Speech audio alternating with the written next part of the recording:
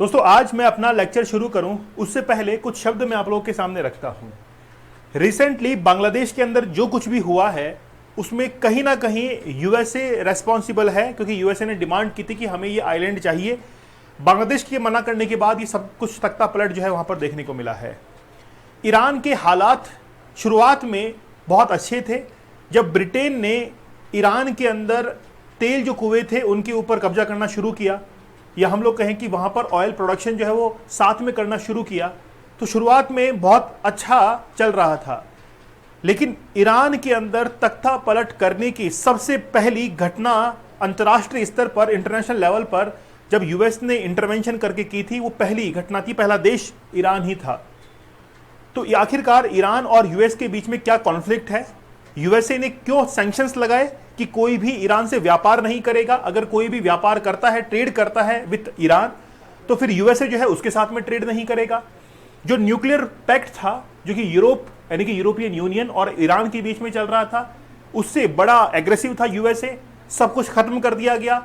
Iran के relations पूरे खत्म हो गए इंटरनेशनल लेवल पर। ईरान और इराक दोनों के बीच में युद्ध हुआ। लेकिन ये तमाम घटनाएं घट रही थी, यूएसए इसका तमाशा देख रहा था। यूएसए को पता था कि अगर आज मैंने सैंक्शंस लगा दिए हैं तो किसी भी देश की हिम्मत नहीं होगी, यहां तक कि भारत भी उस समय व्यापार करने से पीछे हट गया था ईरान के साथ में। तो आज हम लोग देखेंगे कि बैकग्राउंड हिस्ट्री इसकी क्या रही है, वहां से हम लोग शुरू करेंगे। कुछ फेजेस के अंदर मैं डिवाइड करूंगा, और फिर अब आयतुल्लाह खामेनी जो है उन्होंने रिसेंटली ये इंडिकेशन दे दिया है कि जो सैंक्शंस हमारे ऊपर लगाए गए थे यूएसए के द्वारा, हम उसमें नेगोशिएट करने के लिए तैयार हैं। न्यूक्लियर जो हमारे प्रोग्राम्स हैं उसको बैन किया था यूएसए ने, इन सब पर हम लोग नेगोशिएट करने के लिए तैयार हैं। लेकिन अब बात जो होगी वो ऑन द टेबल होगी। इसीलिए अब खामेनी जो है उन्होंने सिग्नल्स दे दिए हैं कि वो नेगोशिएशन करेंगे यूएसए के साथ में। लेकिन हम लोग लेक्चर में आगे बढ़े, थोड़ा सा मैं आप लोग को बताता हूं कि रिसेंटली हुआ क्या है। ईरान के सुप्रीम लीडर हैं आयतुल्लाह अली खामेनी, उन्होंने ट्यूसडे को मतलब 27 अगस्त को एक कमेंट किया ऑन पॉसिबल रीओपनिंग नेगोशिएशंस। मतलब जो नेगोशिएशंस है उनको वापस से रीओपन करेंगे with the United states on nuclear corporation. ये बहुत इंपॉर्टेंट है। न्यूक्लियर कॉर्पोरेशन पर जो भी डील हुई थी, सैंक्शंस हुए थे, उसको वापस से रीओपन करेगा ईरान। और इसको लेकर रिसेंटली क्या कर दिया है, इंडिकेशन दे दिए हैं। एक चीज मैं आप लोग को और बताऊंगा, ईरान को यह भी डर लग रहा है, ईरान ने खुले तौर पर यह कहा है कि यूएस पर हम लोग विश्वास नहीं कर सकते हैं, वो एक एनिमी की तरह है और बहुत लंबा ट्रस्ट जो है वो नहीं जीत सकता है, कभी भी जो है वो जीत नहीं सकता है। ठीक है, तो ये इंडिकेशन जो है वो ईरान ने दिए हैं। चलिए बढ़ते हैं आगे। आप लोग हमारे 100 डेज के हार्ड चैलेंज के साथ में जरूर जुड़िए, बहुत जबरदस्त मेहनत इसके अंदर लगने वाली है। अगले 100 दिन तक आपको लाइव क्लासेस दी जाएंगी, लेकिन वो केवल आपके लिए रहेंगी, क्योंकि आप इस एडिक्शन से बाहर निकलना चाहते हैं। आज देखिए कि भारत के अंदर ऐसे कितने सारे यूथ हैं जो कि इस समस्या से जूझ रहे हैं, परेशान हो रहे हैं। उनको पता नहीं लगता है कि ये कितना हार्म है। और मैं भी खुले तौर पर ये कहना चाहूंगा कि जो वेस्टर्न कंट्रीज हैं उन्होंने हमको ये परोस दिया है और हम लोगों ने इसके चटकारे लगाकर जो है इसको स्वीकार कर लिया है। अब समस्या हमें हो रही है। जिस तरीके से फास्ट फूड हमारे इंडिया के अंदर आया, आज वही समस्या की जड़ बना हुआ है। हमको हेल्थ जो है खराब हो रही है। वैसे ये पोर्नोग्राफी भी है, वेस्टर्न कंट्रीज ने इंपोज किया हमारे ऊपर ये, और आज देखिए क्या हालात हैं। तो मैं आप लोगों से कहना चाहूंगा कि अगर आप लोग वाकई में ऐसे कंटेंट को देखते हैं तो आपके सबकॉन्शियस माइंड को कहीं ना कहीं रिफ्रेश करने की जरूरत है। आप आइडियाज को बेस्ट से बेस्ट सोचिए, इनोवेटिव आइडियाज आपके दिमाग में आने चाहिए। लेकिन जब तक ये गार्बेज बाहर नहीं निकलेगा तब तक कुछ नहीं हो पाएगा। लाइफ में सक्सेस चाहते हैं, स्टडीज के अंदर बेहतर करना चाहते हैं, बिजनेस के अंदर, तो एक बार इस कोर्स को ज्वाइन कीजिएगा, जबरदस्त आपको इंप्रूवमेंट मिलेगा। ठीक है, 6 सितंबर से हमारी क्लासेस शुरू हो रही हैं। चैलेंज कूपन कोड आप लोग को यूज करना है, चाहे तो आप लोग कॉम्बो कोर्स के साथ में जुड़ सकते हैं। 75 डेज का हार्ड चैलेंज पहले दिया था और 100 डेज का हार्ड चैलेंज ये वाला है। आप लोग हमारे 10,000 एमसीक्यू बैच के साथ में जुड़िए। जो भी वनडे एग्जाम की तैयारी कर रहे हैं उनमें अभी पॉलिटी हम लोग पढ़ रहे हैं, वैसे हम लोग हिस्ट्री, ज्योग्राफी समम पढ़ेंगे। पॉलिटी जो है वो अभी हमारी चल रही है। चलिए बात करते हैं कि आखिरकार रिसेंटली हुआ क्या है। The last time the country seemed close the bilateral corporation in 2015। ठीक है, when Iran and Western countries signed a deal sign हुई है 2015 के अंदर। The joint comprehensive plan for action called for cutbacks to Iran's nuclear weapons development program। तो nuclear development programme जो है वो चलाना चाहता है ईरान, लेकिन यूएसए ने वहां पर सैंक्शन लगाया।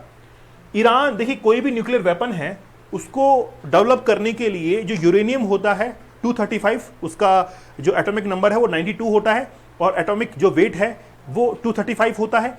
उसको क्या करना पड़ता है, एनरिच करना पड़ता है अबाउट 90%, और जब एनरिच करते हैं उसको तभी वो वेपन्स के अंदर काम में आ सकता है। जैसे न्यूक्लियर बैलिस्टिक मिसाइल में काम में लेना है आपको, तो आपको यूरेनियम को एनरिच करना पड़ेगा, तभी वो मार कर पाएगी इतनी दूरी तक, क्योंकि उसको एनर्जी की जरूरत पड़ती है, और वो एनर्जी कहां से मिलेगी, न्यूक्लियर से मिलेगी। इसीलिए अब जो देश, जिन देशों के पास में न्यूक्लियर पावर है, न्यूक्लियर पैक्ट है, वो तो कर सकते हैं, लेकिन जो इस जॉइंट एग्रीमेंट के अंदर शामिल नहीं है, जैसे एनपीटी वगैरह हैं, इनके अंदर शामिल नहीं है, तो वो छुप छुप कर करते हैं। ईरान भी ऐसे कर रहा था। यूएस को बात पता चली, सैंक्शंस लगा दिए गए थे। अब बेसिकली क्या है, शुरुआत से अगर हम लोग देखें कि आखिरकार ईरान और यूएस के बीच में रिलेशंस कैसे खराब हुए। मोहम्मद मोसादे, तो ये व्यक्ति जो है जिनका जन्म 1880 के अंदर हुआ है और इनकी मृत्यु 1967 के अंदर होती है, लेकिन मोसादे की और इसमें ब्रिटेन जो है, यूके, इसके बीच में रिलेशंस में आप लोगों को बताता हूं। एक्चुअली में क्या हुआ कि यूके ये चाह रहा था कि मैं ईरान के अंदर कई सारे जो ऑयल प्रोडक्शन की जो यूनिट्स हैं वहां पर मैं एस्टैब्लिश करूं, जितने भी तेल के कुएं हैं ईरान के अंदर वो मेरे द्वारा हो। और उन्होंने इस्तेमाल किया था किसको, मोहम्मद मोसादे को। कुछ समय बीतता है और उसके बाद में मोसादे ये कहते हैं कि हम लोग नेशनलाइजेशन करेंगे, जितने भी तेल हमारे पास में है, ऑयल जितना भी रिजर्व हमारे पास में, उसका नेशनलाइजेशन करेंगे। इससे यूके बड़ा नाराज हुआ था।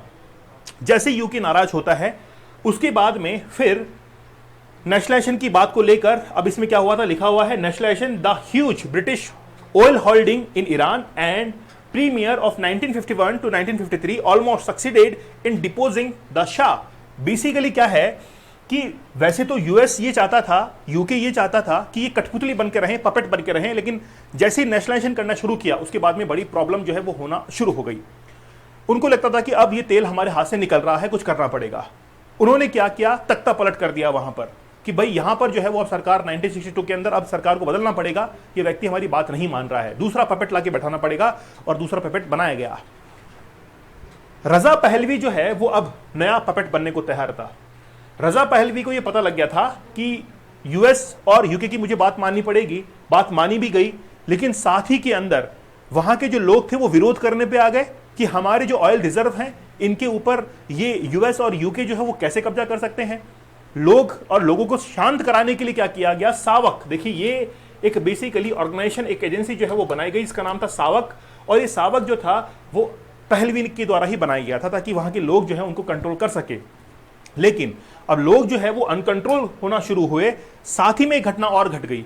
क्या हुआ कि लगभग आप लोग देख सकते हैं कि 52 जो अमेरिकन थे, अमेरिकन डिप्लोमेट्स, उनको हॉस्टेज बना दिया गया था ईरान के अंदर। इससे यूएस बड़ा नाराज हुआ था और यूएस और ईरान के रिलेशंस वहीं से खराब होना शुरू हो गए थे। अब जब रिलेशंस खराब हो गए हैं, अब ये कोशिश की जाएगी कि कैसे भी करके ईरान को वहां पर रोका जाए। ईरान ने ईरान और इराक के बीच में एक बार केमिकल वेपन्स का वॉर भी चला था, शायद आप लोग को पता होगा। ठीक है, उसके बाद में ही ईरान ने सोचा कि यार केमिकल जो वेपन्स हैं इसके बजाय मैं जो है इसको रिप्लेस करूं न्यूक्लियर वेपन से, है ना। इसलिए वो न्यूक्लियर जो मिसाइल्स है उसको डेवलप भी कर रहा था। लेकिन अब बात क्या है कि यूएस जो है वो चाहता था कि ईरान जो है वो कंट्रोल के अंदर रहे। 1979 के अंदर वहां के जो स्टूडेंट्स हैं और भी कोई लोग हैं, उन्होंने रिवोल्यूशन वहां पर लाना शुरू कर दिया, एक क्रांति जो है वो लाना शुरू कर दी। ठीक है, अब जैसे ही वहां पर क्रांति होती है, लोग वहां पर इकट्ठे होते हैं, लेकिन इसके बाद में ईरान के अंदर जो शासन आता है वो खोमेनी का आ जाता है। इस जगह पर खोमेनी जो है उनका शासन, ये जो है शासन संभाल लेते हैं। इससे पहले, शासन संभालने से पहले ये बहुत लिबरल थे, लोगों के प्रति बड़े उदार थे, लेकिन जैसे ही ये शासन के अंदर आते हैं इनकी नीतियां, पॉलिसीज बदल जाती हैं पूरी की पूरी। और 1980 के अंदर आपको पता है कि वो हमला भी किया था, मैं नाम भूल गया उसका, उस व्यक्ति का जो कि बहुत फेमस रहा है ना। उसको फांसी लगी थी और फांसी पे चढ़ता हुआ वो हंस भी रहा था, है ना। जब फांसी सुनाई गई थी तो वो हंस रहा था उस कोर्ट के अंदर। ठीक है, बताइए, नाम जो है स्लिप हो रहा है, स्लिप ऑफ टंग हो रहा है। तो जॉर्ज डब्ल्यू बुश जो है उन्होंने 2002 के अंदर कमान संभाली और उसके बाद में भी रिलेशन जो है वो काफी ज्यादा डाउन जाते जा रहे थे। अब यूएस ने कहा कि कोई भी ईरान के साथ में व्यापार नहीं करेगा, कोई भी ट्रेड नहीं करेगा, और ट्रेड करता है तो ये समझ लेगा कि यूएस के साथ में अब जो है वो रिलेशंस खराब हो गए हैं। सद्दाम हुसैन की बात कर रहा था मैं। सद्दाम हुसैन जो है उसने 1980s के अंदर अब ईरान के ऊपर अटैक करना शुरू कर दिया, लेकिन यूएस ने फिर उसको कंट्रोल किया था अगले 4 साल के अंदर। ठीक है, अब बेसिकली क्या है, ईरान ये चाहता था कि हम लोग न्यूक्लियर वेपन जो है उनको डेवलप करें, न्यूक्लियर प्रोग्राम था खुद का। अब न्यूक्लियर वेपन डेवलप करेगा, खुले तौर पर तो कह नहीं सकता है कि हम लोग वेपन्स बनाएंगे, लेकिन कहा कि हम लोग तो जो है न्यूक्लियर प्रोग्राम चला रहे हैं एनर्जी के लिए, लेकिन कुछ और ही था। यूएस को पता लगा, यूएस ने बंद कर दिया। The hostility between the US and Iran has added to instability in the Middle East over the years. Middle East के अंदर बहुत लंबे समय तक इनस्टेबिलिटी रही है। Being a staunch ally of Israel, अब इजराइल और यूएस के रिलेशंस काफी अच्छे हैं, लेकिन ईरान के और इजराइल की खराब है। रिवोल्यूशनरी गार्ड जैसे ही खत्म होता है ईरान के अंदर, आपको पता है कि इजराइल ने अटैक किया था, ड्रोन अटैक किया था इजराइल के अंदर, ईरान के अंदर, उसमें जो रिवोल्यूशनरी गार्ड के जो चीफ थे वो खत्म हुए थे। उसके बाद में ईरान बड़ा परेशान था कि बोला इजराइल से तो बदला लेंगे।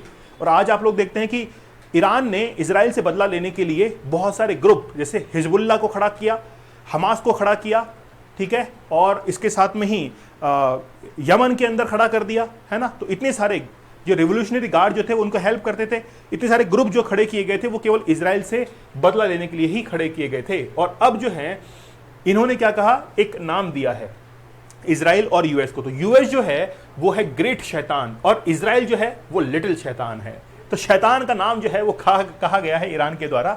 लेकिन बस कंक्लूजन के अंदर यही है कि अब जो है वो ईरान की तरफ से संकेत आ रहे हैं कि वो नेगोशिएट करने के लिए तैयार हैं विथ यूएस कि कैसे भी करके हमारा जो न्यूक्लियर प्रोग्राम है इसको आगे बढ़ाया जाए। ठीक है, तो ये पूरा ये घटनाक्रम था, पूरी घटना थी, कंक्लूजन मैंने आप लोग को बताया है। ठीक है, ऑलरेडी इसको हम लोग जो है वो कवर कर चुके हैं।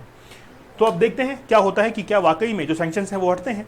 आप लोग हमारे 100 डेज के चैलेंज को जरूर याद रखिएगा, बहुत मेहनत इसके अंदर लगने वाली है। अगले 100 डेज तक आप लोग को लाइव क्लासेज जो है वो अवेलेबल करवाई जाएंगी और आपको एडवांस टेक्निक जो है वो इसमें बताई जाएंगी। चैलेंज कूपन कोड यूज करना है, आप लोग चाहें तो कॉम्बो कोर्स के साथ में भी जा सकते हैं। तो मिलते हैं आप लोगों से अगले सेशन में, तब तक धन्यवाद, थैंक यू, जय हिंद।